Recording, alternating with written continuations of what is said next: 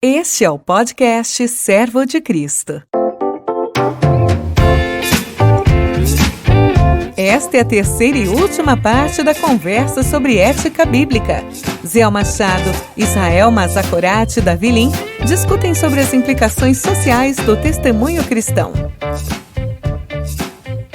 Olá pessoal, bem-vindo a todos vocês que nos acompanham nesse novo período de podcasts do Seminário Servo de Cristo. É uma alegria como escola poder compartilhar com vocês um pouco da nossa forma de fazer teologia, dessa maneira que procura fazer uma teologia vinculada ao texto bíblico, vinculada à igreja local, mas nunca perdendo esse sabor da amizade. É uma grande oportunidade que nós temos como escola, um privilégio poder ter na equipe de professores e professoras pessoas com relações de profunda amizade. E essa amizade faz o tempero para a maneira como a gente conversa e pensa a teologia. Dá um clima diferente para lidar com os pontos concordantes, com os pontos discordantes, porque afinal de contas o reino de Deus é um reino de amigos e Deus nos chamou para ser amigos. Então a gente pensa teologicamente como amigos, procurando relacionar fé e vida. E é uma alegria poder, por meio deste podcast, convidar você para essa roda de conversa, para essa roda de amigos, onde eu tenho aqui o Israel Mazakorati e também o Davi Lim me acompanhando nessas reflexões. Já fizemos 2 podcasts anteriores que você pode ouvir e também agora esse é o nosso terceiro dessa série, tentando lidar com a ética e a Bíblia. São os temas que estão caminhando na nossa reflexão. Davi, bem-vindo. Israel, muito obrigado pela presença de vocês. Deixo aqui para vocês darem a saudação inicial para os nossos ouvintes. Olá, queridos. A vida não se conta em anos, mas em amigos feitos no Senhor. Ressoando aí a fala do Ziel. Prazer, Davi e Ziel, estar mais uma vez junto com vocês e com os nossos ouvintes nessa jornada de olharmos para a ética bíblica e o nosso mundo contemporâneo e desafios ministeriais, né? Que legal ter a companhia de vocês. Eu costumo dizer assim que Deus não nos chama para lugares ideais, Deus nos chama para lugares reais. E esses lugares reais, eles são lugares de conflito, lugares de tensão, lugares que sempre demandam muito da gente. A gente se sente insuficiente para dar conta de tantas perguntas e desafios que nós vamos vendo, né? A gente abre os jornais e lida com uma série de temas, com as crônicas do dia a dia são desafiantes. A melhor forma de orar talvez é com um jornal aberto, porque você vai transformando cada um dos temas que vão sendo apresentados ali em temas de oração. Tinha uma abachan na igreja, uma vovozinha, né? Abachan, que a gente diz em japonês, que ela um dia chegou na igreja muito chateada, porque ela reclamou que os seus filhos, netos e bisnetos não deixavam ela fazer mais nada em casa. Ela estava contrariada, porque ela queria fazer coisas, né? E então, conversando com ela, Batian, mas eles estão protegendo. Não, mas eu posso fazer alguma coisa e tal. E aí, passado um tempo, a Batian chegou feliz na igreja, e aí o pastor perguntou para ela a razão da felicidade. E ela disse, eu descobri o que eu posso fazer coisas. Eu agora faço coisas o dia inteiro. Aí o pastor ficou curioso e perguntou, mas Batian, o que você faz? Ela falou assim, Batian lê japonês, né? Batian lê português, né? Então, Batian, de manhã cedo, agarra jornal português, lê notícia e ora. Lê notícia e ora. Agarra jornal japonês, lê notícia e ora. Lê notícia e ora. E ela passava o dia inteiro orando pelas notícias que ela lia no jornal japonês e no jornal português. No céu, a gente vai saber as consequências desse ministério de intercessão da Batian, que lá próximo dos seus 100 anos, um pouco mais de 100 anos, passava o dia intercedendo pelas notícias que ela lia. Pois é isso então, né? Quais são as implicações sociais do testemunho cristão? Quais são as implicações éticas que nós temos dessa relação entre a Bíblia, a nossa fé e a sociedade na qual nós somos chamados a viver? É sobre isso que a gente quer conversar. Eu abro agora para vocês opinarem sobre esses temas. Ô Zé, primeiro, obrigado por contar essa história, fantástica. Eu estava lembrando, Davi, que num episódio anterior você falou sobre os protagonistas da história da igreja, que nem sempre são os grandes nomes, mas são os anônimos da fé, né? A gente vê histórias lindas em Atos nesse sentido, né? Quando a gente vê no capítulo 9 de Atos, né, quando Lucas narra para nós o evento do grande encontro transformador da vida, do que viria a ser o grande apóstolo Paulo, na mesma sequência narrativa ele nos fala de Tabita, que tudo que ela tinha, ela colocava a serviço do reino e foi reconhecida como uma discípula de Jesus. E o que ela fazia? Ela costurava para as viúvas de Jope, né? E é fantástico isso, né? A gente perceber esse protagonismo dos anônimos da nossa fé. Muito bonita essa história, Zé. Obrigado por compartilhar com a gente. Voltando aí na questão que você colocou, Zé, eu acho muito legal o texto de 2 Pedro, capítulo 3, onde nesse texto eu acho que a gente encontra um ponto de convergência em alguns assuntos que nós já tratamos e o assunto que você levantou agora, que ele coloca o seguinte, a partir do verso 11, visto que tudo será assim desfeito, que tipo de pessoa é necessário que vocês sejam? Vivam de maneira santa e piedosa, esperando o dia de Deus e apressando sua vinda. Naquele dia, os céus serão desfeitos pelo fogo e os elementos se derreterão pelo calor. Todavia, de acordo com a sua promessa, esperamos novos céus e nova terra onde habita a justiça. Portanto, amados, enquanto esperam estas coisas, empenhem-se para serem encontrados por ele em paz, imaculados e inculpáveis. É lindo pensar que a nossa esperança bíblica gera um compromisso histórico. A nossa esperança bíblica não é uma ferramenta de alienação, mas nos coloca, nos devolve ao mundo com um compromisso histórico, de estarmos na nossa geração e a serviço de Deus que está em missão no mundo na nossa geração. Então, dimensionar os problemas do nosso tempo, dimensionar a realidade e entendermos a realidade onde nós estamos inseridos é papel fundamental dos santos, né, dos filhos de Deus, né? É a responsabilidade de filhos de Deus, né? Já que somos herdeiros de Deus e co-herdeiros com Cristo, né? Nós temos neste direito de sermos chamados filhos de Deus também a responsabilidade de agirmos nesse mundo como filhos de Deus, de assumirmos a responsabilidade, né, deste mundo como filhos de Deus. Então eu gosto de começar pensando justamente nesse olhar, né? A gente falou lá no primeiro episódio nosso sobre essa dimensão de futuro, e essa dimensão de futuro me traz de volta para o presente. Né? Essa dimensão de futuro me traz de volta com uma responsabilidade, com um compromisso histórico com o meu tempo, do qual a igreja não pode se ausentar. E aí, nós temos aí o assunto de hoje, né, que são esses diversos tópicos que podem surgir quando nós olhamos para o nosso tempo presente, olhamos para o jornal do dia e vemos o que salta aos nossos olhos, né?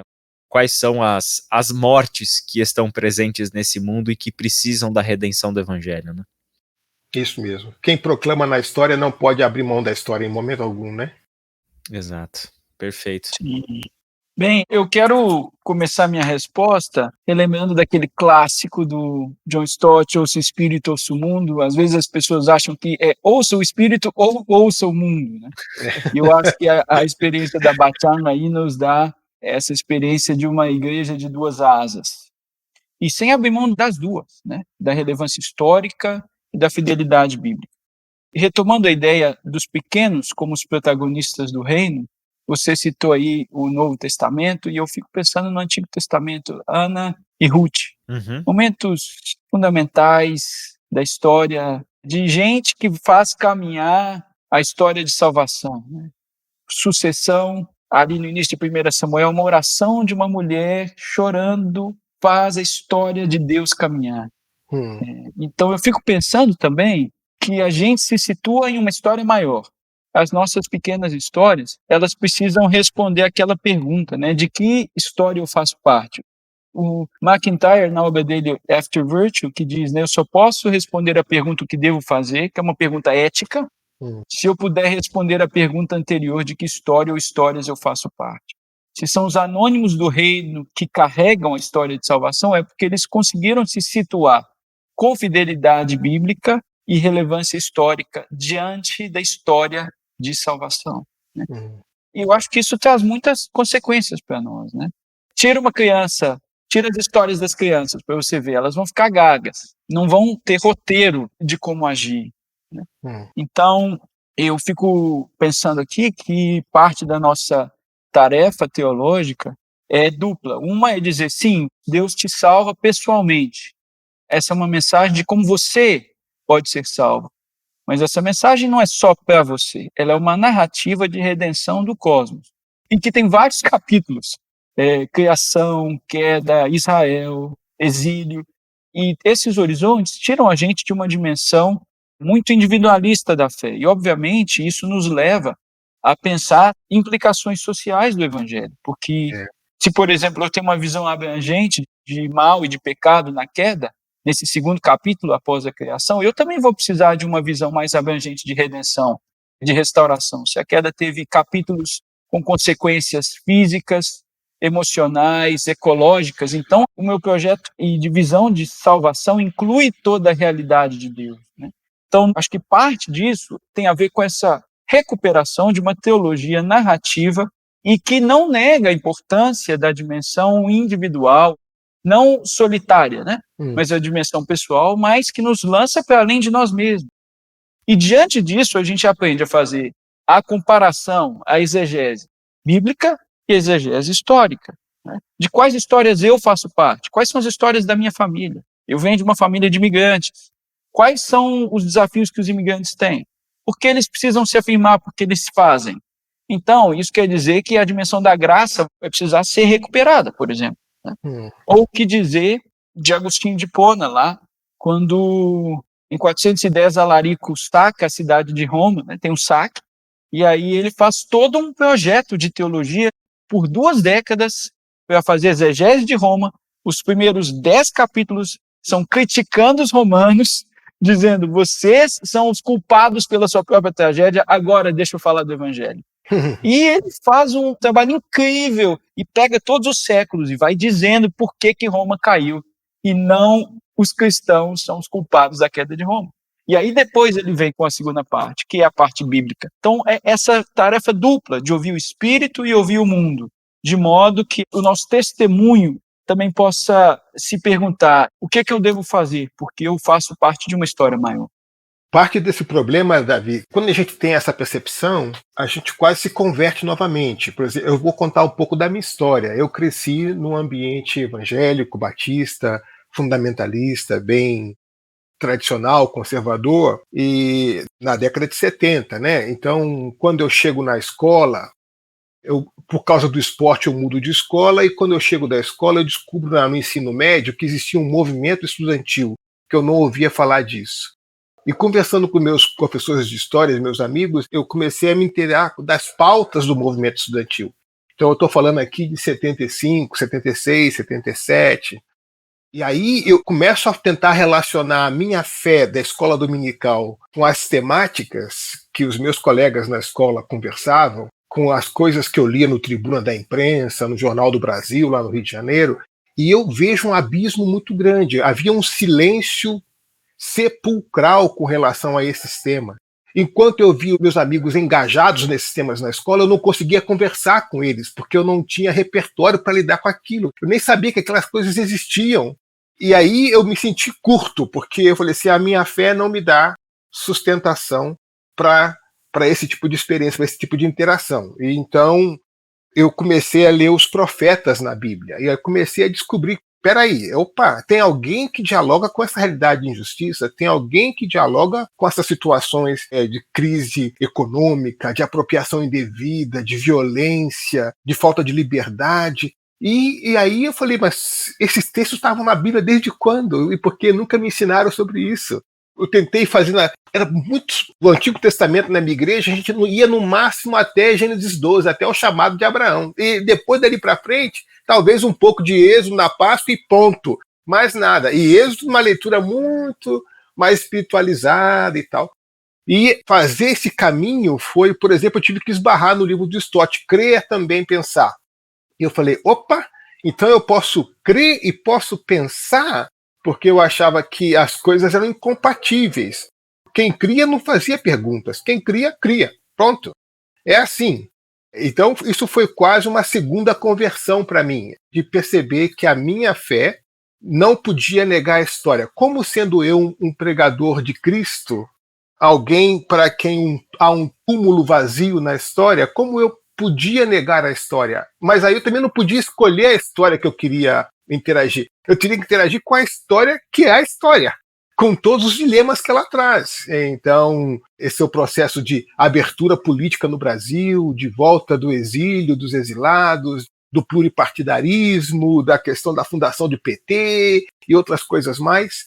Então, e aí eu resolvo fazer o curso de História. E aí, quando eu passo no vestibular e entro no curso de História, as irmãs do grupo de oração da igreja falam assim: vamos orar muito por você, porque provavelmente você vai perder a fé. Esse abismo, né, que nós tínhamos. Hoje eu acho que o abismo não é tão conceitual assim, mas eu acho que hoje o abismo se dá de outras formas. Assim, a história está aí, mas como cristão só existe um lado no qual você pode estar. Você tem que pensar dentro desse lado, porque você não pode fugir. Se você sair desse lado, eu crio aqui uma suspeita de caráter ideológico para a sua teologia. Se você não corresponde à minha ideologia, isso significa que você tem uma má teologia. Porque cristão só pode ter uma ideologia. Embora eu admita que possa ter várias teologias, mas tem que ter uma ideologia só. Então, a gente diz, não, você pode ser arminiano, você pode ser calvinista, só não pode ser de esquerda. Mas pode ser calvinista, pode ser arminiano, mas de esquerda jamais. Como é que é isso? Como é que é isso? Então, como é que a gente faz essas negações hoje da história, essas nossas preferências, né? A gente esvazia a dimensão ética do evangelho, ou usa o evangelho ou como uma correia de transmissão ideológica, o que ainda é pior, né? Então, joguei aqui um monte de coisa para vocês reagirem aqui. E eu acho que a gente pode trazer o bom e velho Stott, né? Isso. Ele diz assim, os cristãos devem ser cuidadosos em não batizar qualquer ideologia política, seja de direita, esquerda ou de centro, como se fosse um monopólio de verdade e de bondade. Na melhor das hipóteses, uma ideologia política e seu programa são apenas uma aproximação da vontade e do propósito de Deus. O fato é que são encontrados cristãos na maioria dos partidos políticos e eles são capazes de defender sua participação a partir de fundamentos cristãos. Isso. Um pouco da minha história, assim, nessa jornada, você falou da reconversão, Ziel. Eu também fui criado em um ambiente batista, fundamentalista, mas interessante que não foi a minha igreja de formação, de origem, né? A igreja onde a minha família já era, a igreja onde eu nasci, é a igreja batista independente, né? Então, a igreja batista independente é de origem sueca e ela é pentecostal, né? Ela corre por fora dessa história de renovação e etc e tal, né, de avivamento, mas ela vem pentecostal desde a sua origem sueca, ela é muito semelhante à Assembleia de Deus na sua gênese, né. Então foi nesse ambiente que eu fui criado, fui para a Faculdade Teológica Batista de São Paulo com 17 anos, né, eu entrei mais cedo na escola, terminei mais cedo, então com 17 anos eu fui para a Faculdade de Teologia. E aí, ali eu comecei a me deparar, né, com diversas coisas do universo do pensar que antes também antagonizava com o universo do crer, né? E ali foi interessante porque a gente percebeu uma das coisas na literatura teológica, mas que me apontou também para uma jornada muito semelhante à sua, que foi a leitura dos profetas, das questões relacionadas à justiça social. Tive um professor que foi membro fundador do Partido dos Trabalhadores, que era professor na teológica na época. Hoje ele está na França, em Montpellier, mas isso tudo me chamou a atenção, abriu um universo, né, de enxergar a história, de enxergar o contexto, de enxergar os problemas que estão diante de nós, e curiosamente eram problemas que já estavam nas escrituras. A gente foi descobrir que essas questões de justiça social não é uma pauta da esquerda. Questões de olhar para os pobres, para as viúvas e para os estrangeiros é uma pauta profética. É o Deus que se coloca ao lado do escravo, do oprimido. É o Deus libertador que está em ação na história, né? Então, e a gente já não podia mais ignorar isso, né? Eu tive 2 textos que para mim foram marcantes. O primeiro deles foi o texto A Comunidade do Rei, de Howard Snyder. Né? Quando eu li este texto pela primeira vez, ele caiu que nem uma bomba na minha vida, né? Foi uma trajetória redirecionada justamente a partir da leitura da Comunidade do Rei, do Howard Snyder. E tantas outras literaturas e nomes vieram a partir dessa leitura, né, que nos ajuda a perceber a função da igreja na história, né, como a comunidade que vive sob o governo de Deus, né, sob o reino de Deus. E isso dimensionou um pouco mais a minha perspectiva teológica. E a outra delas foi C.S. Lewis, né? C.S. Lewis foi um autor que exerceu um papel fundamental na minha vida, em Cristianismo Puro e Simples, que me ajuda a perceber exatamente isso, né? Na realidade terrível onde a história do cristianismo puro e simples se insere, que antes de ser a literatura era o programa radiofônico, né, enviado num contexto de guerra, preparando o mundo ali para aquela percepção de como entender a realidade de Deus neste contexto caótico que nós estamos vivendo, que é aquilo que você falou no início, né? Deus não nos chama para realidades ideais, ele me chama para um mundo real, e uma coisa que a gente descobre no mundo real, como discípulos e discípulas de Jesus, é que ele nos chama a viver uma ética ideal em um mundo que não é ideal. E isso é o que o Stott, que é uma outra literatura que me marcou muito, que foi a mensagem do Sermão do Monte contra a cultura cristã, né?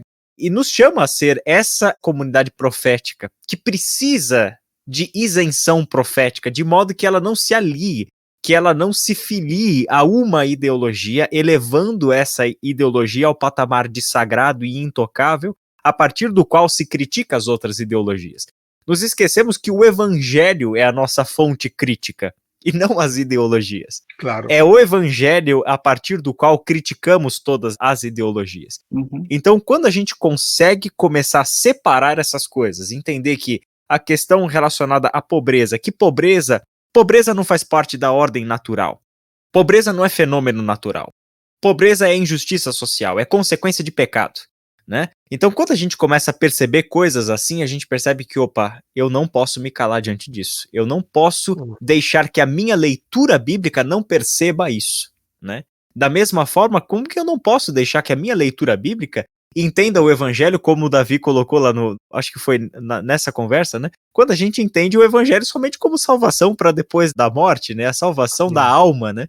Que não tem nenhum compromisso histórico e nenhum tipo de palavra e ação a dizer no nosso mundo de hoje, né? Pois é. Porque a gente tem que perguntar, né? Quer dizer, frente ao que eu vejo, como é que o evangelho responde? Que resposta o evangelho me dá para as situações que eu vejo? Então, antes de ser um problema existencial, ideológico, político, a questão da pobreza, por exemplo, é uma questão demográfica. Eu tenho mais pobres do que qualquer outra coisa. Então, frente à necessidade que eu vejo, como é que eu respondo? De que maneira o evangelho me inspira para isso, né? E eu, de fato, também acho que a resposta do evangelho é muito mais ampla, porque enquanto a ideologia vem e diz, olha, no mundo você tem um opositor, ok? O evangelho reconhece que há oposição no mundo. A ideologia vem e diz, então, mas a maneira de resolver o problema é você vencer o seu opositor e eliminar a sua oposição. E aí o evangelho vem, ok, o problema não está só no seu opositor, tá nele, também está em você. E a solução não é eliminá-lo, a solução é se reconciliar com ele. E está aqui o preço que vai ser pago pela reconciliação. Deus em Cristo paga esse preço. Então, o evangelho é muito mais sublime do que qualquer produto cultural humano, qualquer ideologia humana, qualquer solução do artífice humano, qualquer projeto, né?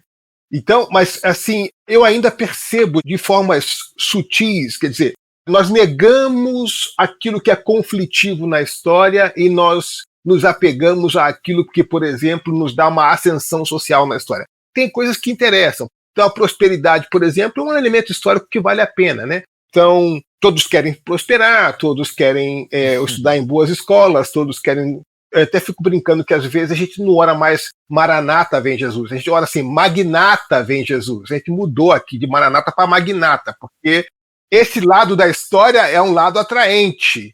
Só que ainda é pernicioso, porque se é histórico é ambíguo, está marcado pelo pecado. Então, como é que eu posso celebrar o êxito individual no meio da tragédia coletiva? Quer dizer, a dimensão de solidariedade, como é que fica nisso, né? Ou seja, o evangelho tem implicações éticas e ponto. Quer dizer, qualquer dimensão da fé que está encarnada tem dimensões históricas e éticas que é impossível você evitar. Sem dúvida. E a impressão que me dá é que a gente corre os riscos, ainda mais numa sociedade polarizada como a gente está, primeiro de fazer o diferente de nós o inimigo. E segundo, viver e experimentar visões reducionistas da fé e da experiência da salvação. Por um lado, uma fé que foca só no indivíduo, ela perde a dimensão de que nós somos igreja, somos comunidade, que a partir de Pentecostes, Deus não salvou uma pessoa que vai ser bem-sucedida, né? Deus está criando uma experiência de gente junta, né? Com todos os seus problemas. E, de preferência, que a igreja tenha gente de diferentes classes sociais, porque isso faz a gente menos cego às nossas próprias viseiras, né? Por outro lado, a gente também corre o risco de fazer da revolução da classe social o objetivo último, quando, na verdade, a via do evangelho é a via da misericórdia e não da luta de classes, né? O evangelho, ele, falando aqui mineiramente, né, é a terceira margem do rio do Guimarães Rosa. E toda vez que a gente se prende a uma margem, a gente corre o risco de não entender o fluxo da história e o que Deus está fazendo nela. Concordo. Uhum. Interessante a nossa tendência, né, Ziel e Davi, de silenciar assuntos sobre os quais a Bíblia fala tanto. E falar tanto de assuntos sobre os quais a Bíblia fala pouco. Então, a gente é seletivo até mesmo na nossa leitura da Bíblia, porque nós permitimos que óculos, cosmovisões diferentes daquela das Escrituras, nos permitam avaliar, tanto fazer essa exegese, tanto da cultura e do tempo, como também das Escrituras, né? Chama a atenção que o N.T. Wright, em uma publicação em português recente, que é o Como Deus se Tornou Rei, ele começa a sua argumentação trazendo justamente esta tendência que aos olhos dele é problemática no fazer teologia. E isso não falando de teologias contextuais e etc., que são tão criticadas no universo acadêmico do norte global, né? Mas falando das bases dos principais credos e teologias que a gente consideraria como ortodoxas, né? Que é silenciar sobre aquilo que os evangelhos mais falam, que aqui na teologia latino-americana a gente já fala isso há tanto tempo, né? Que é o seguinte, a gente olha para os evangelhos e o que fica como verdade teológica fundamental que virou doutrina, que virou proposição para nós? Nascimento virginal, morte e ressurreição.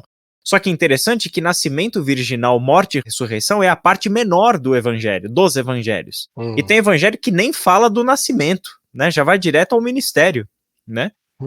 E o que o evangelho mais fala e que nós silenciamos é justamente aquilo que traz para nós as implicações éticas da comunidade dos discípulos, que é um grupo de homens e mulheres vivendo sob o reinado de Deus. Amém. Né? E as implicações éticas disso, do olhar para a cidade e identificar e lamentar e chorar pela cidade, né? Do olhar para as mazelas do ser humano e descobrir o pobre, descobrir o excluído, o marginalizado, descobrir essas pessoas e dizer: o reino de Deus é de vocês, o reino de Deus está aqui para trazer cura para vocês, né? É chamar à mesa do banquete do rei aqueles que eram os improváveis, né? É Jesus personificar no seu chamado ao discipulado e construção dos seus próximos, amigos mais próximos que viriam a ser os seus apóstolos, aquilo que ele haveria de fazer na cruz, a reconciliação.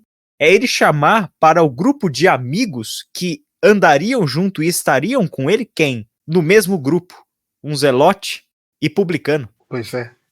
Os dois extremos de um povo, onde a reação entre eles não seria da indiferença, um não é indiferente o outro, não, um odeia o outro.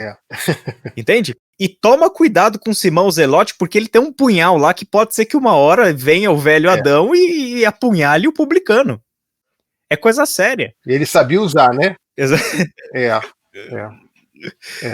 Seguir a Cristo realmente tem um incômodo, né? Nem sempre Jesus vai por caminhos que nós gostaríamos de ir. Então, esse desafio histórico de seguir as pisadas de Cristo, né? Reconhecer o seu caminhar na história, essa minha disposição de estar leve o suficiente para segui-lo e não preso a outras coisas, para poder segui-lo no ritmo que ele vai, aonde ele vai, e não ficar tentando adestrar a Cristo e torná-lo o anão do meu jardim, né?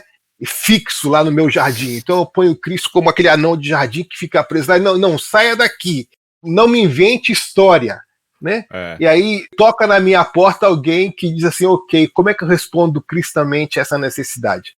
Então, não pode se transformar Cristo em um anão do jardim, né? Ele é o Senhor, a gente tem que segui-lo na história. ir para os caminhos onde ele vai. A gente tem essa experiência dos discípulos também. Melhor você não ir para Jerusalém, porque o negócio vai ficar difícil. Né? Então a gente sempre tem essa ideia de tentar sugerir ser o GPS de Jesus. Jesus, melhor recalcular a rota e ir nessa outra direção e não naquela direção. João 11 tem aquela narrativa linda, né? Onde Jesus se depara com a realidade da morte. Pois né? A realidade da morte do amigo.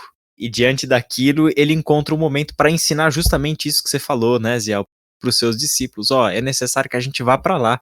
Mas aí vem os discípulos querendo dizer, não, Jesus, não é necessário que a gente vá para lá. Sabe por quê? Porque há pouco tempo tentaram te matar lá, tentaram apedrejar a gente lá. Então não é bom que a gente vá para lá. Não é sensato fazer isso. Mas aí vem Você tá sem memória. Exato, né?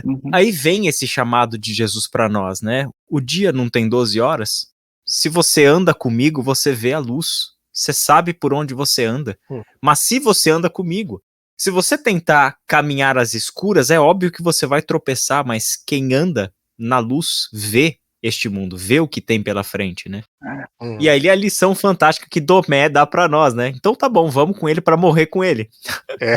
Né? Então, Tomé dá essa lição, né? Já que não tem tu, vai tu mesmo, né? Exato, então vamos. E ali eles têm a experiência, né, deste protesto de Deus com relação à morte, né, que é o ápice da condição humana, né, que é o limite, né, a condição limite da existência humana. Pensamos a vida a partir da morte, e isso nos traz todas as demandas e os anseios de querer fazer com que este tempo que a gente tem para viver faça sentido, e faça sentido dentro das lógicas do nosso tempo, da nossa cultura. Então, se o que faz sentido é enriquecer pelas lógicas de prosperidade, olha como isso pode influenciar um discurso evangélico, de começar a vender prosperidade, porque é isso que a gente está querendo. Né? Como se o inverso da pobreza fosse a riqueza, como se a solução da pobreza fosse a riqueza. Eu quero responder uma provocação sua, Israel, porque acho que você disse para a gente que a gente reduziu a própria experiência evangelical. Quando a gente seleciona morte, crucificação e ressurreição, a gente perde a dimensão da vida humana de Jesus. E a vida humana de Jesus é onde ele dorme, onde ele sente saudade e é onde ele chora. E eu fico perguntando se a igreja esqueceu de chorar, de ouvir a dor do mundo. Eu fico perguntando se o mundo não diz aqui, me acompanha na minha dor, anda comigo, como Jesus andou com os discípulos lá no caminho de Emaús. Né? Sim. Então, eu fico me lembrando daquela frase do T.S. Eliot, né? Foi a humanidade que abandonou a igreja ou a igreja que abandonou a humanidade? E parece que são as duas coisas, porque quando a gente reduziu a experiência cristã e tirou a importância da vida humana de Jesus, a gente se desumanizou.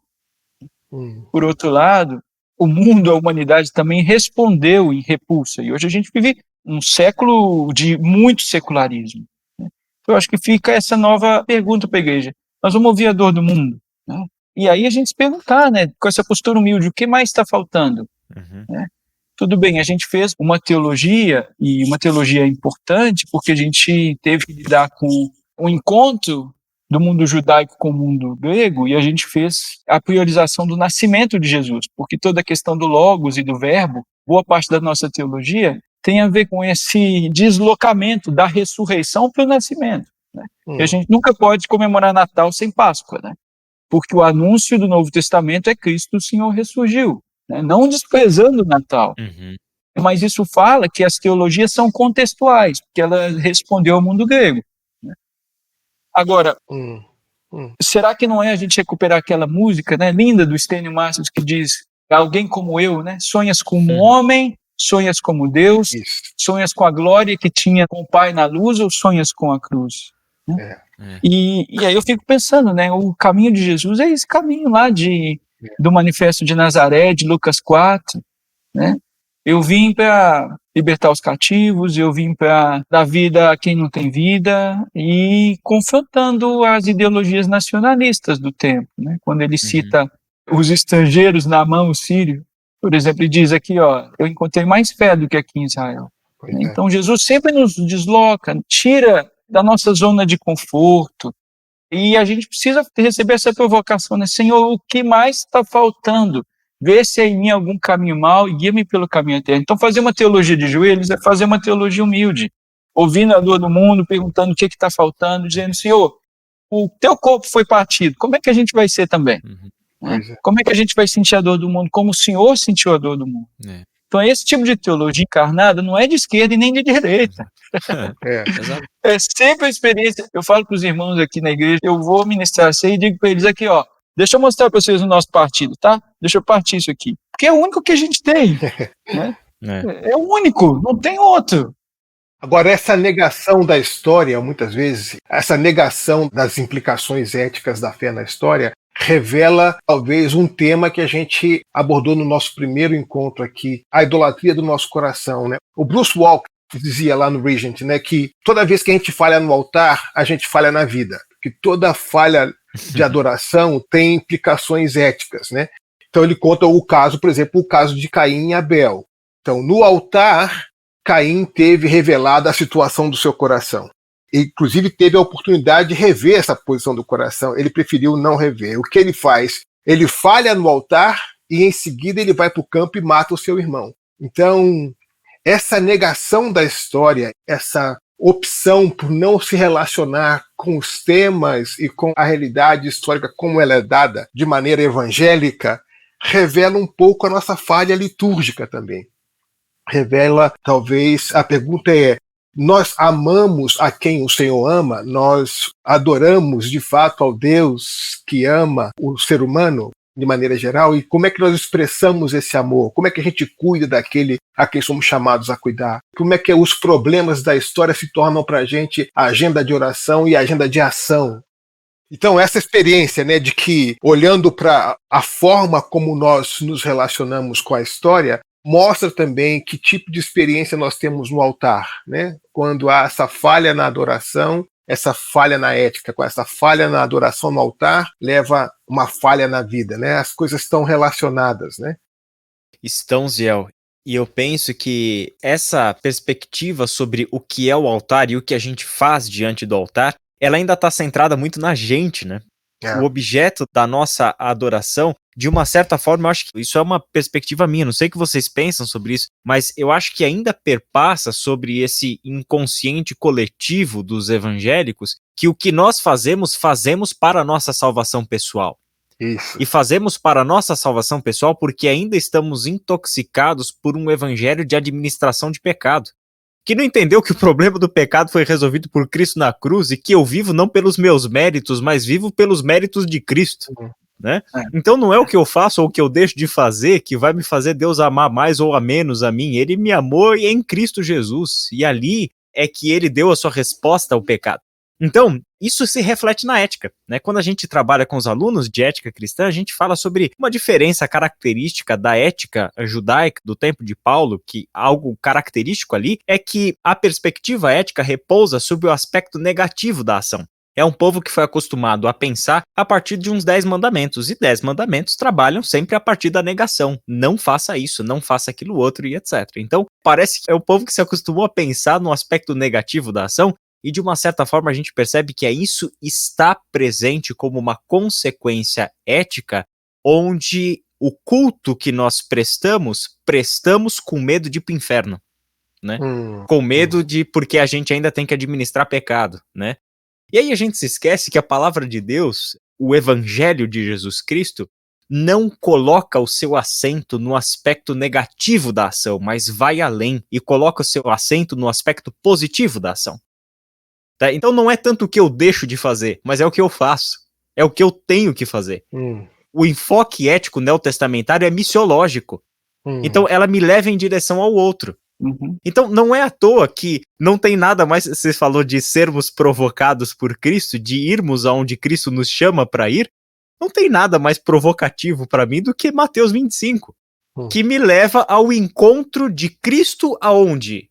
No preso, no necessitado, no faminto, no nu. É encontrar o Cristo ali. Então, será que tudo isso não deveria ser lido por nós se a leitura do nosso tempo e do movimento, do sopro do Espírito do nosso tempo, não seria entendermos que o Cristo está nos chamando para um encontro com Ele em lugares improváveis para nós hoje? que estamos Claro. fechados em um tipo de leitura, mas que não é improvável à luz do evangelho. Se você lê os evangelhos com sinceridade, você já vai ver que não, isso não é improvável, isso está ali, era o que Jesus fazia, era com quem ele andava, eram as pessoas para as quais ele dava o privilégio da comunhão de mesa com ele. Era isso. Exatamente, Né? exatamente. Aí a gente pega um apóstolo Paulo, em um versículo, ele mostra isso de uma maneira fantástica. Efésios capítulo 4, versículo 28, eu falava com os alunos sobre isso hoje de manhã, inclusive. Ele diz o seguinte, olha, quem é ladrão, pare de roubar. Mas o interessante é que ele está escrevendo para a igreja, né? Não está escrevendo para o mundo. Então, olha o tipo de gente que está na igreja, né? Então, quem é ladrão, para de roubar. E aí vem a lógica de uma leitura ética que repousa em primeiro lugar no aspecto negativo. Então, quem é ladrão para de roubar e, em vez disso, mude o comportamento, mude a conduta. Em vez disso, use as mãos para trabalhar com empenho e honestidade. Na nossa ética, a gente pararia por aí, né? Porque se eu trabalhar com empenho e honestidade e ganhar o meu dinheiro, eu não vou precisar roubar. Mas uma ética cristã repousa o seu assento no aspecto positivo da ação. Então, não é parar de roubar para trabalhar para ganhar dinheiro, para não precisar roubar, mas é parar de roubar para trabalhar, para poder ajudar generosamente os necessitados. É uma ética que me leva em direção a quem? Ao necessitado. E não é interessante que a comunidade cristã que se forma em Jerusalém, descrita em Atos 2, em Atos 4, é uma comunidade que, sem necessidade de lei e de mandamento, sem necessidade de um código ético, olha para o seu tempo, olha para a situação das pessoas e chega a uma conclusão fantástica. Se aqui entre nós existem necessitados, nós temos o dever de acabar De cuidar com a pobreza, de cuidar desses necessitados. Então, é aqui que coloca-se para nós esse assento da ação ética cristã no mundo. O próximo, na sua necessidade, é Cristo vindo ao meu encontro. E eu, em missão e cuidado, sou Cristo indo ao encontro dele. Isso. Esse é o movimento. Você humaniza a quem você vai ao encontro e você humaniza você mesmo por ir ao encontro, né? Exatamente, exatamente. Então aqui a gente tem esse imperativo ético que deveria ser para nós. Isso tão claro. Que não tem nada a ver com ideologia disso ou daquilo outro, que não precisa da ideologia X ou Y. Esses dias eu preguei aqui na igreja sobre a política do reino de Deus, foi uma série que a gente fez, e a gente tá falando o seguinte, quando a gente faz essa pergunta sobre ideologia política e que ideologia melhor, né, se encaixa ou mais se assemelha com o reino de Deus, a resposta é muito simples, gente. Em um mundo que já existe o reino de Deus, eu não preciso de uma ideologia política que pareça com o reino de Deus. Isso. Né? Por que eu tô querendo uma coisa semelhante com o reino de Deus em uma realidade onde o reino de Deus já é realidade presente? Né? E, então, aliás, a ideologia não vai me dar isso. Exato. Seria uma falsa promessa. Exato, exatamente. É eu seguir o ídolo. Exatamente. Né? É seguir o ídolo, que é mudo, que é uma criação, que é uma imaginação nossa, mas ele é mudo, ele não tem poder para falar, ele não tem voz, tem ouvidos, mas ele não vai ouvir, e assim por diante. Né? Dá quase para fazer um neologismo aqui, uma ideologia. Tem ídolo na raiz esse negócio aqui. Pois é, o evangelho me dá respostas muito mais amplas, muito mais amplas. É claro que as mediações socioanalíticas são importantes, né? Claro. Nós não temos na Bíblia recomendações sobre, por exemplo, habitação urbana, sobre ciclovias na cidade, sobre... mas nós temos um ensino bíblico que resgata o valor do ser humano. Então, como é que as nossas políticas públicas resgatam a vida e defendem a vida e promovem a vida? Então, embora nós não tenhamos na Bíblia soluções para transporte público, mas nós temos uma perspectiva humana tão dignificada, tão importante, que faz com que é dessa forma melhor de transportar as pessoas na cidade. É dessa forma que a gente pode fazer com que eles vivam melhor. Eu me lembro de um caso na África do Sul, de um pastor amigo, César Molebatese, que foi um dos líderes de Lausanne durante muito tempo. O César Molebatese chegou a trabalhar como um dos assessores de Mandela. Na igreja do César Molebatese, eles tinham ao lado da igreja uma fábrica que tinha muitos acidentes de trabalho. E as pessoas morriam porque não alcançavam o posto médico na rapidez suficiente para ser atendido. Então, os irmãos da igreja oraram e chegaram à conclusão de que a igreja devia comprar uma ambulância para poder ajudar no transporte dos feridos de maneira mais rápida para o hospital. E eles fizeram isso. E aí, de fato, entenderam e puderam socorrer muitas vidas. Até que um grupo de profissionais na igreja falou o seguinte: será que estamos fazendo a pergunta certa?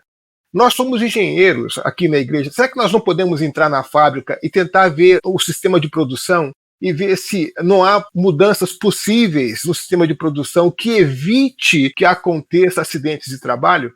E eles pediram permissão aos donos da empresa para entrar na empresa e ver a maneira como eles produziam. Então, os engenheiros de segurança, de produção, entraram lá e mudaram o sistema de produção daquela fábrica e reduziram para 0 o número de acidentes de trabalho. E puderam doar aquela ambulância para uma cidadezinha do interior que não tinha ambulância para poder socorrer os seus enfermos. Então, essas possibilidades, né, de você, inspirado pelo Evangelho, olhar para os problemas humanos e dizer como é que nós podemos valorizar essa vida humana, como é que nós podemos cuidar dessa vida humana, e usar todo o saber. Então, você redime as mediações socioanalíticas nesse sentido aqui. Você faz um uso mais amplo e humano dessas coisas. Você dá um sabor especial a essas iniciativas humanas de resposta aos problemas humanos, não é isso? Exatamente. Davi, você quer falar alguma coisa, Davi? Você está inquieto aí, estou só vendo você com essa inquietação de pregador, querendo concluir aqui, fazer um sermão, um apelo final. Eu tenho aprendido com você. Eu fico pensando aqui que, lembrando daquela frase de Irineu de Lyon, que a glória de Deus é um ser humano plenamente vivo, né? E eu fico pensando tanto que a gente precisa incluir na nossa experiência missionária tanto a dimensão de fazer discípulos de todas as nações, quanto o grande mandamento de amar Deus acima de todos e ao próximo como a nós mesmos, mas a gente muitas vezes esquece a importância de Jeremias 29, de buscar plantar jardins e a paz e a prosperidade da cidade para a qual o Senhor nos enviou. Então, toda essa pergunta que você faz aí, Ziel, né, do seu amigo, de dizer como é que a gente vai transportar essas pessoas, mas como que a gente vai evitar acidentes, tem a ver com o nosso mandato de Shalom, o nosso desafio missionário de relembrar que, antes de sermos cristãos, né, nós fomos criados na casa comum de Deus para cuidar dela. E o nosso desafio é, sim, fazer discípulos, mas fazer discípulos que sejam propositivos. Não para ganhar um passaporte para o céu. Mas já que eu já tenho essa visão de futuro, como é que eu vou cantar a música do futuro no presente e chamar o pessoal para dançar? Né? Como você bem disse, Israel. Pois é. O livro de um dos nossos professores da casa, o Azemiro Hoffman, que dá aula no curso do DEMIN, o Azemiro, naquele livro dele sobre a missão na cidade, ele diz que o evangelho é um protesto contra a cultura de morte na cidade. O evangelho vai contra esses projetos limitadores, limitantes dos construtores da sociedade. Porque o evangelho é um protesto radical contra a cultura de morte. E essa cultura de morte é tão ampla, né? Se manifesta de tantas formas. E eu acho que esse ponto, o exemplo que você trouxe, Ziel, toca para mim num ponto muito importante. Porque talvez nós estejamos muito acostumados em uma realidade onde tudo está sendo enxergado a partir de polarização política, que afeta a polarização teológica e vice-versa. A gente descobre uma coisa muito interessante com esse exemplo que você deu, que é o seguinte: a via política não é a única via de transformação social. Claro, claro. Nós não precisamos exclusivamente trabalhar por meio da política para a transformação social. A conversão é um exemplo disso. Exatamente, exatamente. Mas me parece que nós estamos viciados nisso, né? Onde nós reduzimos a participação social no ato do voto. Nem na cobrança dos nossos candidatos eleitos a gente está envolvido, mas a gente se esquece que o nosso papel no mundo é arregaçar as mangas e entendermos o mundo como o nosso campo missionário. A responsabilidade é nossa. Claro. Eu não posso delegar justiça para as autoridades. Delegar justiça é algo que Deus fez para nós. Ele chama a gente para chamar para nós: venha o teu reino, seja feita a tua vontade. Este é o povo chamando sobre si a justiça para praticar essa justiça, para perdoar na mesma medida em que fomos perdoados, para amar como fomos amados, para nos tornarmos canais de graça. Paulo falando para os Gálatas: não deixem de fazer o bem, não se esqueçam de fazer o bem. Esse é o chamado nosso. Então, não podemos delegar as obras de justiça para as nossas autoridades. Isso é parte do processo. a via política é uma forma, mas não é a única forma, né? Claro, claro. E é uma experiência de esvaziamento do nosso próprio gesto de cuidado. Quando a gente delega e terceiriza isso e esquece que a igreja é o presente da graça para o mundo, doando vida ao mundo e não vive para si mesma, né? Isso. É a humanidade renovada do reino presente com o compromisso em reconciliar o mundo com Deus, né? Então é uma comunidade alternativa, como diria o Leslie Newbegin, que é sinal, mensageiro e aperitivo do reino de Deus. Isso. Será que a gente está ouvindo realmente a dor do mundo, né? É. Será que a gente está em contato com o mundo ao nosso redor? Será que a gente não tem o risco de viver os guetos? Porque quando você dá esse exemplo aí da África do Sul, é porque eles ouviram a dor de quem estava acidentado. É. E depois ainda ouviram um pouco mais. É. E se perguntar como é que entraram na fábrica, né?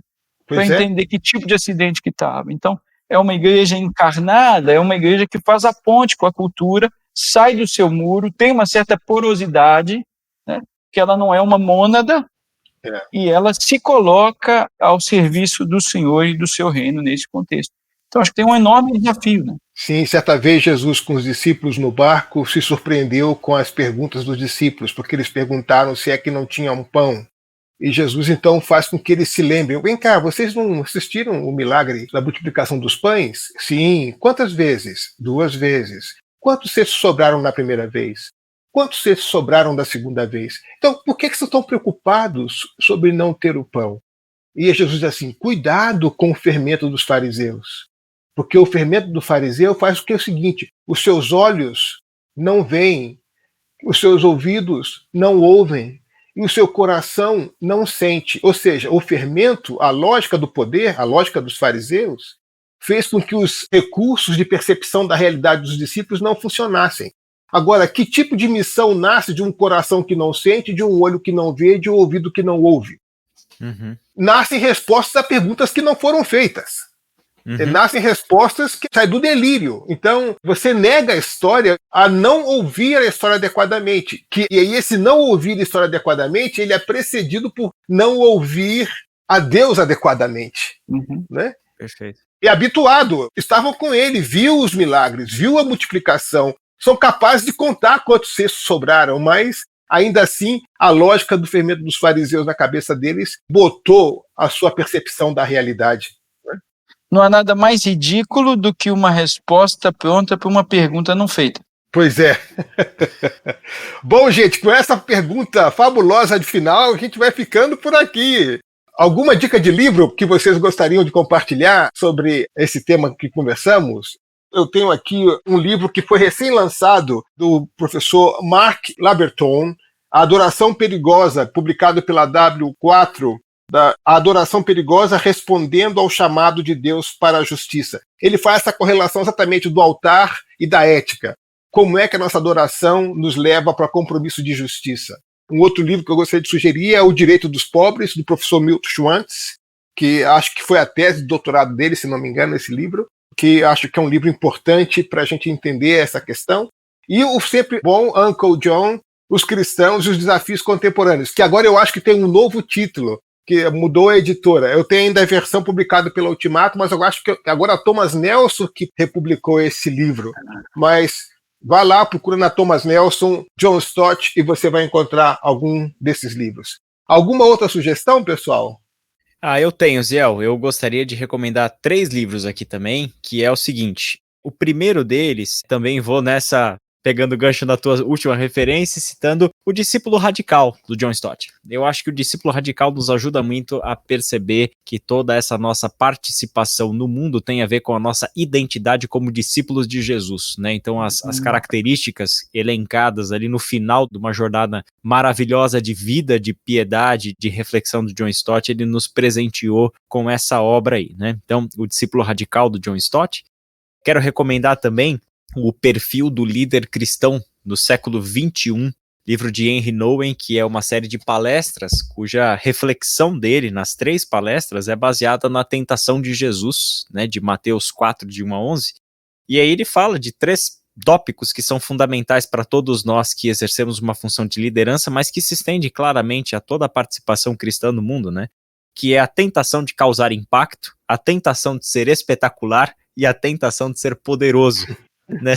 São 3 tópicos mais atuais do que isso, impossíveis, né?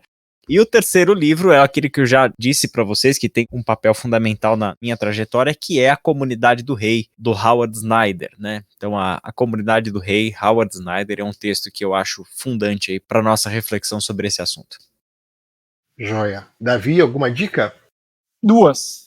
A primeira é Missão Transformadora, do David Bosch, um clássico de missões, de teologia da missão. O capítulo dele sobre Lucas, Atos e o lugar de praticar o perdão e a solidariedade com os pobres, no capítulo 3 desse livro, é uma maravilha. Então eu quero recomendar esse livro desse sul-africano. Uma outra coisa que eu queria pensar, gente, é que a nossa igreja brasileira, ela tem uma dificuldade porque ela não vê além do seu próprio horizonte. Então a gente precisa de se entender como cristãos globais. Eu tive a oportunidade de, alguns anos atrás, estar num congresso do movimento de Lausanne, e parte do processo é que a gente redescobre, ouvir outras culturas e ouvir irmãos que estão sofrendo por causa de Cristo. E quando a gente abre essa percepção, a gente percebe que essas dimensões de sofrimento que são necessárias para a gente ouvir os pobres, elas também estão muito além do que a gente está enxergando, né? Por causa desse horizonte aberto, eu queria indicar um livro que é o Cristo Nosso Reconciliador, das palestras do movimento de Lausanne, do 3º Congresso de Lausanne, lá da Cidade do Cabo. Porque ela tem uma visão global, gente de diferentes contextos pensando o evangelho, a igreja e o mundo. Joia. Muito obrigado, Davi. Muito obrigado, Israel. Foi uma delícia fazer esses 3 papos com vocês. Aqueles que nos ouvem, muito obrigado pela sua atenção. Como disse, esse é o terceiro de 3, então tem ainda 2 encontros anteriores que você pode ouvir. Nós, como Seminário Servo de Cristo, estamos muito felizes de poder contar com Davi, com Israel como professores da escola. O ministério de vocês tem sido muito reconhecido e muito afirmativo. Os alunos falam de vocês com muito carinho. Vocês são bênção para a gente na escola e a gente agradece a Deus por isso. Venham conhecer nossa escola, nós estamos aqui para servir vocês, o nosso nome é esse mesmo, Servo de Cristo. Servir cada um de vocês, será uma alegria poder caminhar com vocês nessa jornada de formação teológica. Assim que, um grande abraço e continuem, porque essa série vai continuar depois com outras pessoas, outros professores, será uma alegria ter a audiência de vocês. Obrigado, pessoal, um grande abraço e até a próxima vez. Valeu, abraço, obrigado. Até, queridos.